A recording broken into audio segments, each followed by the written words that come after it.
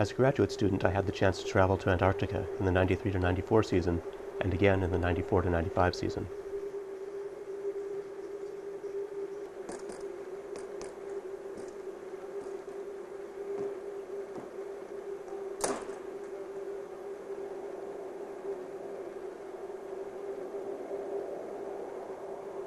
I was working on a project studying cosmic rays.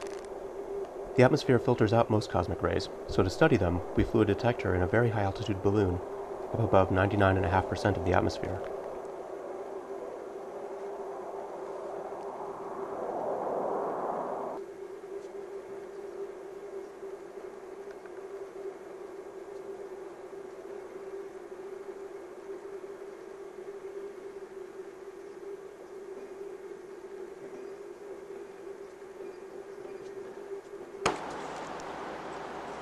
We are getting ready to do a hanging test and perhaps launch the second gondola.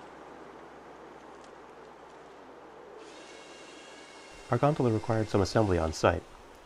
The upper section, wrapped in silver, contains the detectors, which are very simple. They're just photographic plates and sheets of lead stacked up like a deck of cards. The lower section of the gondola contains telemetry and flight computers. The lower section is still open here for final checks on the electronics.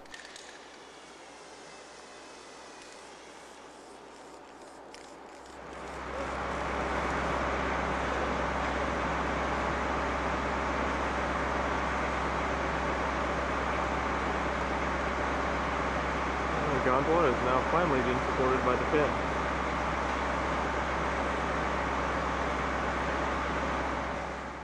The gondola's total weight is about 3,500 pounds, so we need a big balloon to lift it and a lot of helium to fill that balloon. We used 3 of these banks of helium tanks. Grad student for scale. This is Mount Erebus venting a little steam.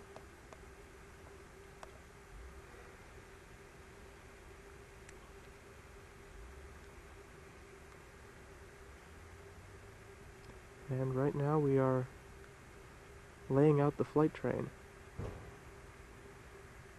This is all the helium.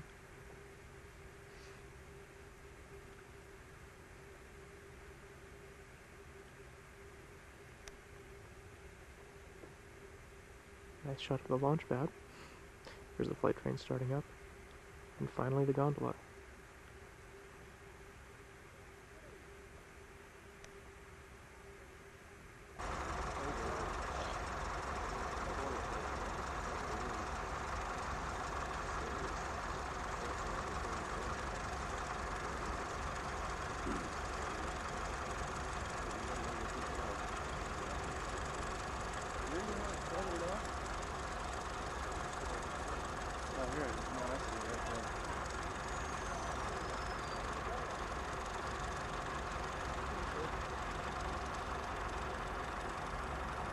Did you release the lead one earlier today?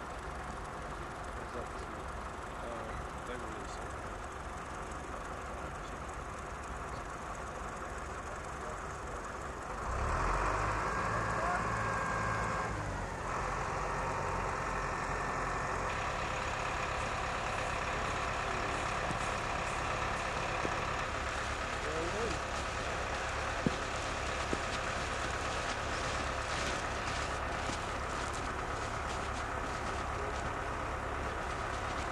This is the top of the balloon.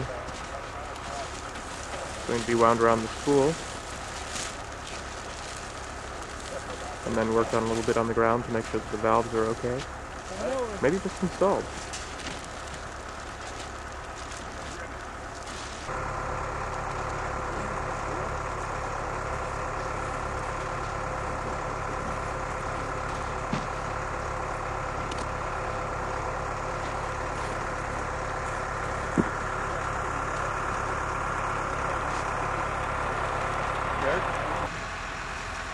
The wooden crate contains the rest of the balloon, which will be unpacked as it is drawn toward the crane in the distance.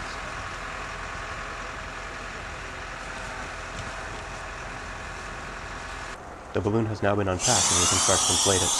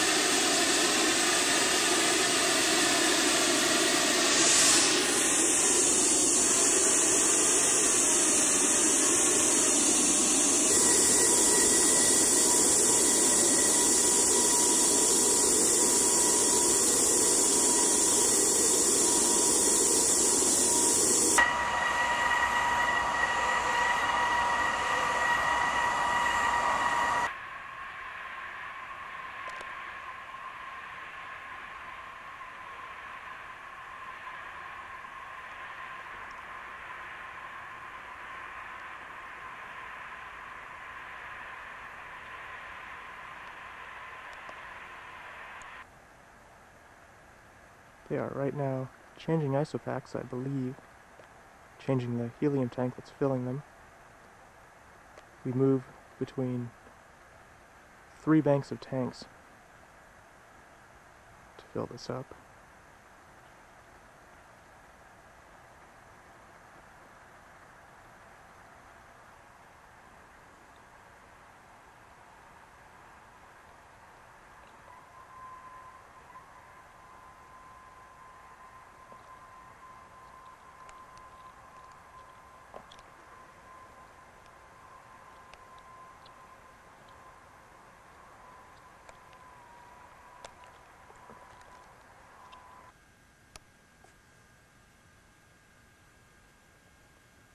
They must have decided everything was okay.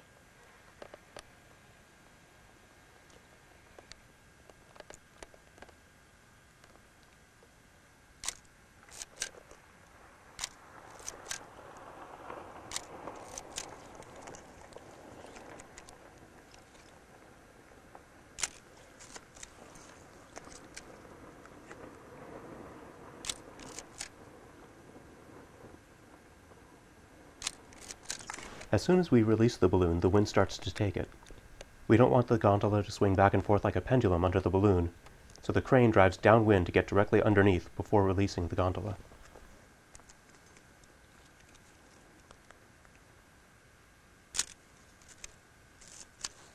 It's the collar falling down and a couple pieces of I'm not sure what.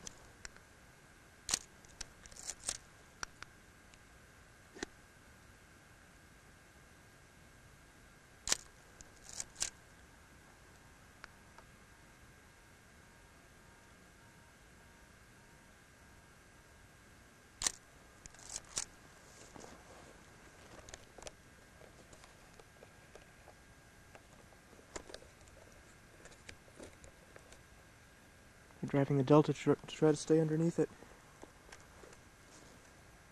To make sure that the launch is as clean as possible. The release.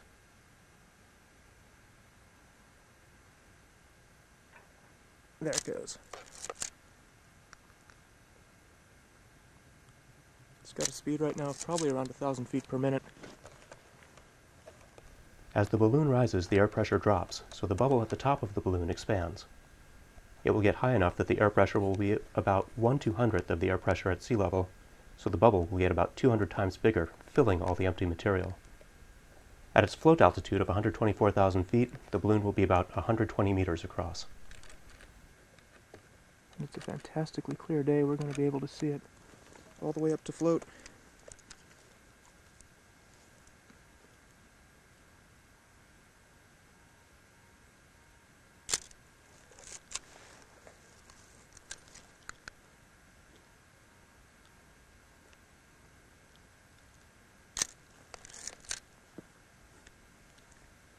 Once the balloon was up, we monitored its progress from the telemetry shed. Okay.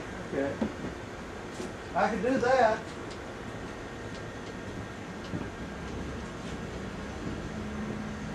So the inside of the TM shed is where we monitor the status of the balloon.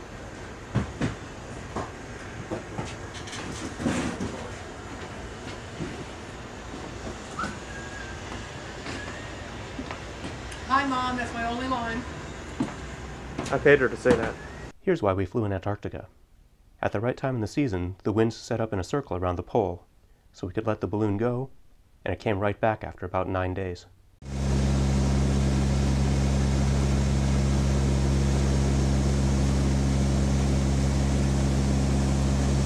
When it was time to bring the balloon down, we went up in a C-130 to send the cutaway command and to spot the exact landing site.